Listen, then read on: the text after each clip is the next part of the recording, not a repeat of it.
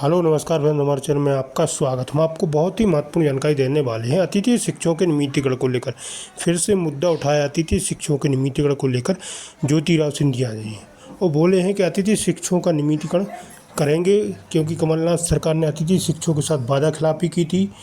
अब अतिथि शिक्षकों का भविष्य सुरक्षित होगा। हमने जो वादा किया था उसे ज़रूर पूरा किया जाएगा। अतिथि शिक्षकों का भविष्य सुरक्षित करके सिंधिया जी ने स्पष्ट कहा है अतिथि शिक्षकों को नियमित करने के लिए। और शिवराज सिंह चौहान जी से ही बात की जाएगी कि अतिथि शिक्षकों को नियमित किया जाए और स्कूलों से निकाला ना जाए। ठीक हो, जो निकल चुके हैं उन्हें की पुनः भर्ती करने की भी मांग की गई है। और अतिथि शिक्षकों को वेतन सम्मानजनक दिया जाना चाहिए। जिस तरह शिक्षकों को दिया जाता है इस तरह से अतिथि शिक्षकों को भी सम्मानजनक वेतन मिलना चाहिए। सिंधिया जी ने एक महासभा में स्पष्ट बोला है, जिसके संबंध में विस्तार से मैं जानकारी आपको देने वाला हूं और एक वीडियो भी दिखाने वाला हूं। अब वीडियो में बने रहें। वीडियो अच्छा लगे तो लाइक और चैनल को सब्सक्राइब जरूर कर लें ऐसी न्यू अपडेट पाने के लिए। कुशल जनसेवक मध्य प्रदेश सरकार ने ऊर्जा मंत्री प्रद्युम्न सिंह तोमर जी, हमारे प्रभारी मंत्री मालवा से सांवेर क्षेत्र के प्रतिनिधित्व करते हुए सिंचाई मंत्री तुलसी सिलावट जी, अशोक शर्मा जी, आशीष प्रताप सिंह जी, राजकरण सिंह भदौरिया जी, ब्रिजराज सिंह तोमर जी, पीडी मिश्रा जी, लालता प्रसाद चतुर्वेदी जी, रामेश्वर सिंह राजपूत जी, रमेश सिंह सेंगर जी, दिलीप श्रीवास्तव जी, श्रीमती शकुंतला सिंह परिहार जी, ब्रिजेंद्र सिंह कुशवाहा जी, आकाश श्रीवास्तव जी, प्रयाग सिंह तोमर जी, मनमोहन पाठक जी, मोहन विटवेकर साहेब, रामवीर सिंह तोमर जी, राकेश पचौरी जी, हमारे दोनों मंडल अध्यक्ष योगेंद्र सिंह तोमर जी, ब्रिजमोहन शर्मा जी और इस कार्यक्रम में उपस्थित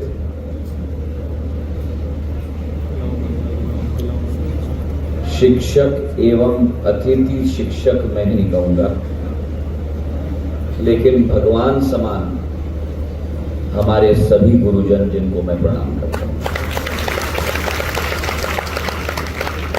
मैं अभिभूत हूं और मैं अपने आप को बहुत सौभाग्यशाली मानता हूं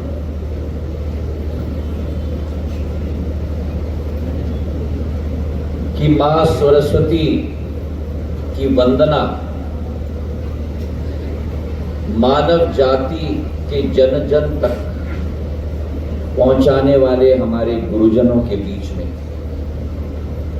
आज मुझे आप सबके साथ मिलने का एक मौका मुझे प्राप्त हुआ।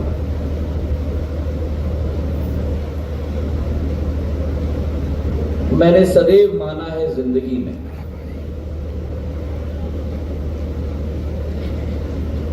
सुबह हम उठकर पूजा अर्चना करते हैं हमारे देव देवताओं को,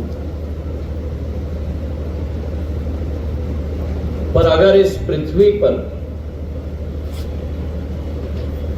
कोई देवी या देवता है तो इस पृथ्वी पर देवी और देवता के तीन रूप भगवान ने जब सृष्टि बनाई तो मानव जाति में तीन देव देवताओं का आकार भगवान ने बनाया है।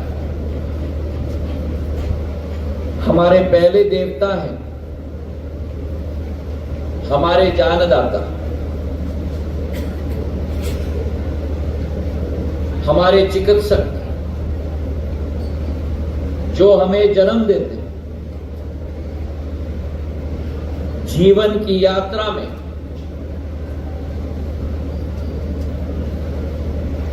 भगवान न करे लेकिन कभी कोई बीमारी आई या कठिनाई आई,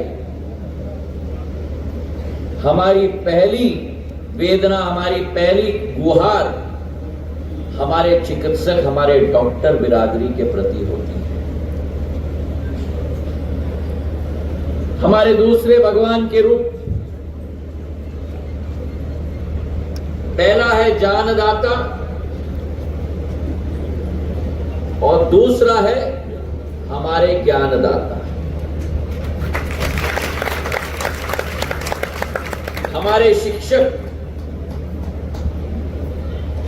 जब कोई इस दुनिया में आता है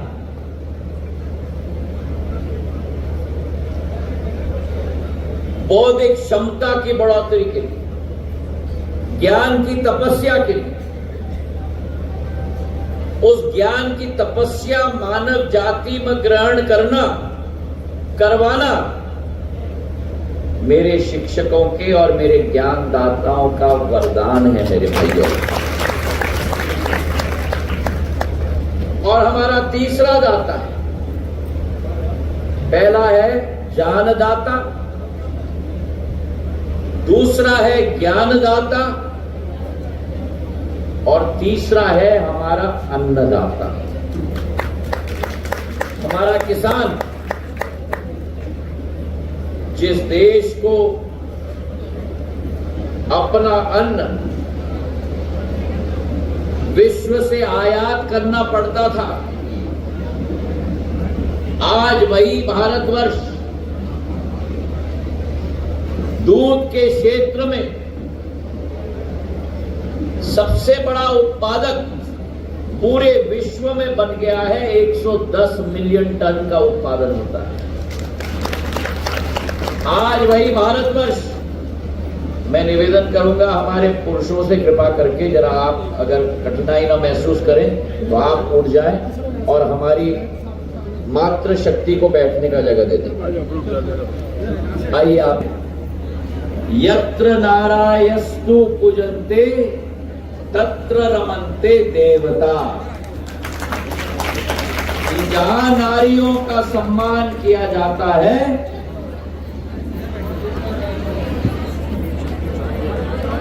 बोलो आप, हाँ, वहां देवता विराजते। हमारे ग्वालियर में और हमारे मध्य प्रदेश में और हमारे भारत माता की पृथ्वी पर सर्वप्रथम नारियों का सम्मान किया जाता है। मेरे दो जो भाई बैठे हैं यहाँ, जरा आप लोग भी उठ जाएंगे। आप अकेले पड़ गए हो, आप अल्पसंख्यक हो, जरा बहुसंख्यक को बैठने दो। और वैसे भी इस सभा में बहुसंख्यक मेरी नारी शक्ति है।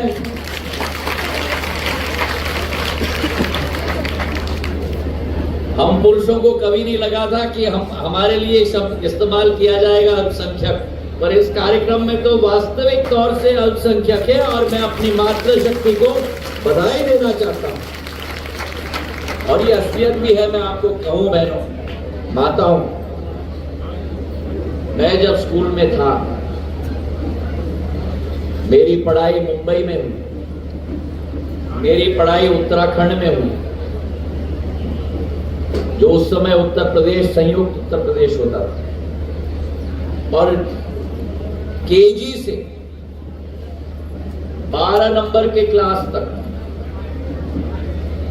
जो क्षमता हमारी महिला शिक्षकों की है अनुशासन बांधने के लिए और बौद्धिक क्षमता बढ़ाने के लिए, मैं क्षमा चाहता हूं, पर हमारे पुरुष शिक्षकों में नहीं। देखो आप कितनी तालियां बजा रही हैं, ये कितने कंजूसी कर रहे हैं। चलिए बजाइए तालियां महिलाओं के लिए, बजाइए। और मैं चाहूंगा, आज मैं धन्य हूं, हमारे स्कूल मिश्रा जी हैं, हमारे विडवेडकर साहब हैं, हमारे बहुत सारे पुराने लोग हैं यहाँ जिन्होंने स्कूल्स की स्थापना की है। अब सामने तो हमारे महिलाएं बहुसंख्यक हैं, पर मंच पे मेरी महिलाएं अल्पसंख्यक हैं। मैं चाहूंगा कि अगले बार कार्यक्रम हो, हमारी महिलाएं मंच पे भी बहुसंख्यक हों। और क्यों, ये भी मैं बता दूं, हम संकल्प ले रहे हैं, कल्पना ले रहे हैं कि भारत को विश्व पटल पर हमें नक्षत्र की तरह उभारना है। भारत को विकास और प्रगति के प्रतिस्पर्धा में आगे हमें बढ़ाना है। और प्रधानमंत्री जी ने हमारे देश को जो 11वें नंबर पे थी आर्थिक महाशक्ति के रूप में 2014 में 9 साल के अंदर हमें 5वें नंबर पर लाकर खड़ा कर दिया है। तालियां थोड़ी कम बजी।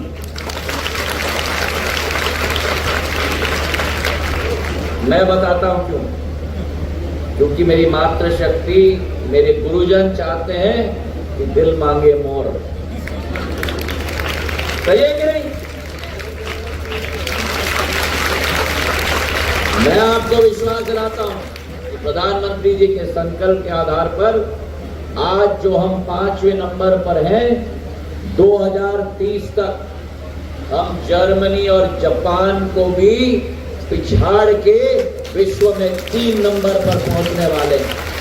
और देखो, जैसे मैं ये कह रहा हूं, मां सरस्वती का ज्ञान आप में है, इंद्र देवता का आशीर्वाद भी आ रहा है। और जब इंद्र देवता का आशीर्वाद आता है मतलब शुभ क्षण है। और कल देखो आप, और इसका प्रचार भी आप लोगों को अपने स्कूल में करना चाहिए। कल G20 का कार्यक्रम दिल्ली में शुरुआत की गई।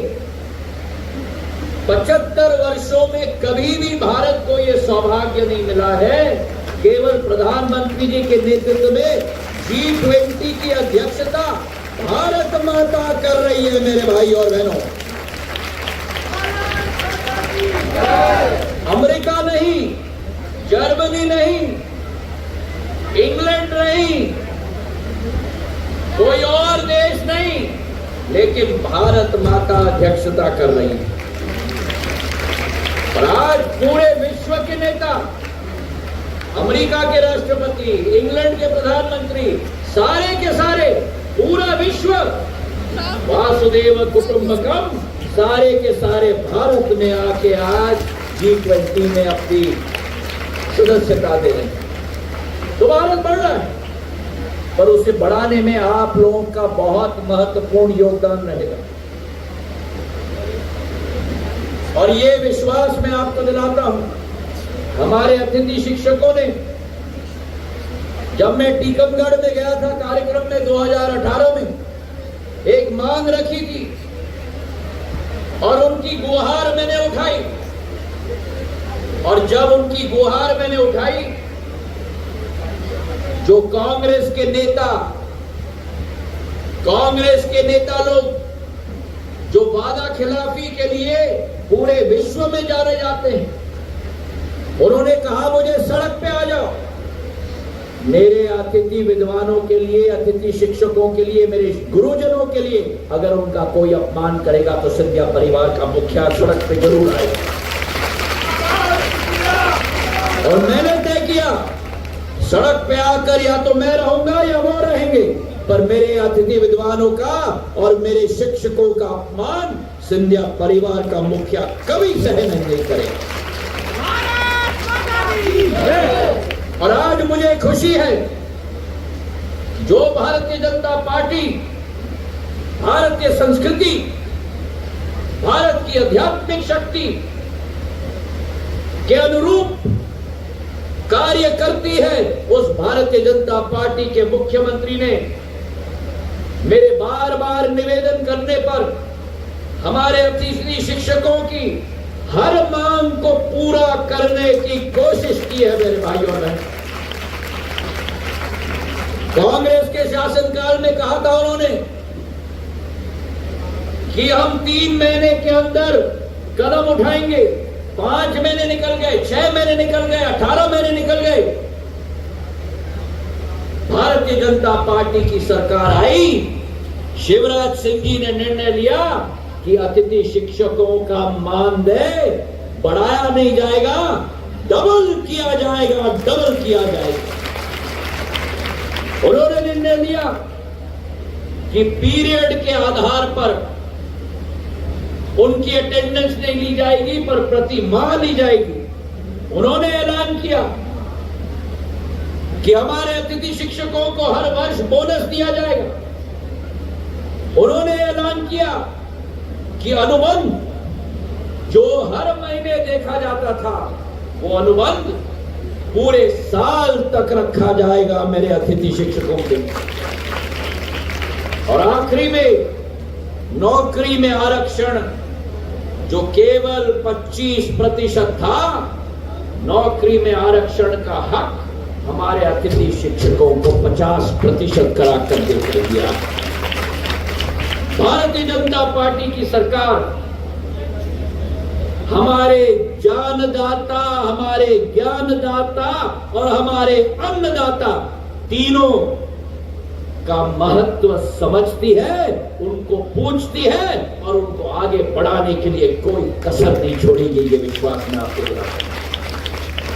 और आज मां सरस्वती का दीप प्रज्वलन करते हुए मैं अपने सभी गुरुजनों के प्रति प्रणाम करते हुए ये विश्वास दिलाता हूं कि आपके कंधों पर एक बच्चे का भविष्य निर्भर नहीं है। आपके कंधों पर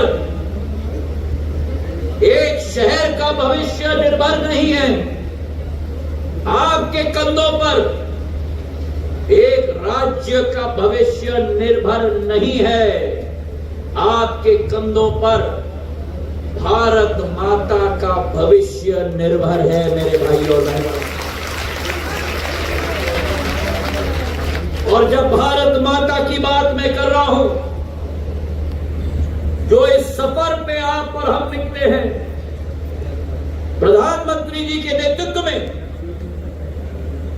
भारत के अमृत काल का स्वर्णिम वर्ष निकल रहा है और अमृत काल से शताब्दी काल के सफर पर भारत को विश्व गुरु के रूप में आपको और हमें मिलकर स्थापित करना होगा। और अगर भारत को विश्व गुरु के रूप में आपको और हमें मिलकर स्थापित करना होगा तो इसकी सबसे अहम भूमिका, सबसे महत्वपूर्ण भूमिका मेरे शिक्षकों पर होती है, मेरे भाइयों, मेरे गुरुजनों पर होती है। क्यों? वो इसलिए क्योंकि जब बच्चा घर से निकलता है और जब बच्चा आपके शाला में आता है, जब बच्चा या बच्ची आपके क्लासरूम में प्रवेश करती है, वो आपके क्लासरूम में प्रवेश नहीं कर रही, वो अपने घर में प्रवेश कर रही है।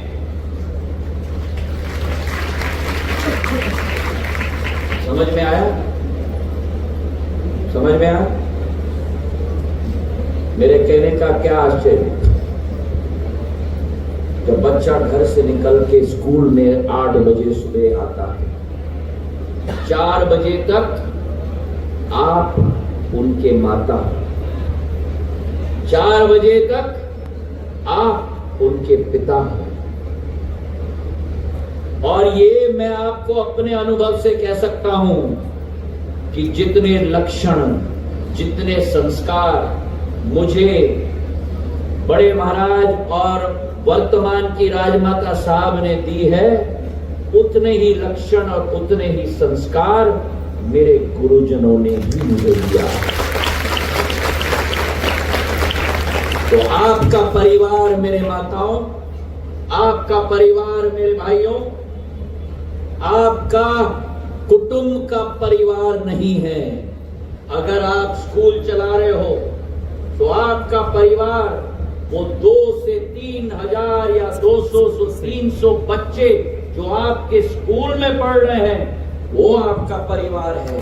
अगर आप क्लास के शिक्षक हो, अगर आप क्लास के गुरु हो, तो आपका परिवार घर में बैठे हुए 6 या 8 सदस्य नहीं, लेकिन आपके क्लास में जो 40 बच्चे हैं वो भी आपका परिवार है। और अगर भारत माता को शक्तिशाली हमें बनाना, अगर भारत माता को वास्तविक तौर से विश्व गुरु के रूप में परिवर्तित करना, तो आने वाले पीढ़ी पर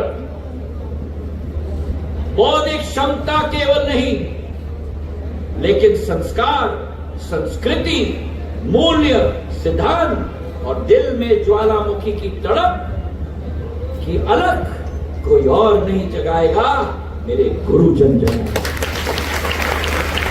आज मैं आपसे निवेदन करना चाहता हूं, उठो और चलो, नवीन भारत की कल्पना को साकार करने के लिए मेरे साथ संकल्प लो।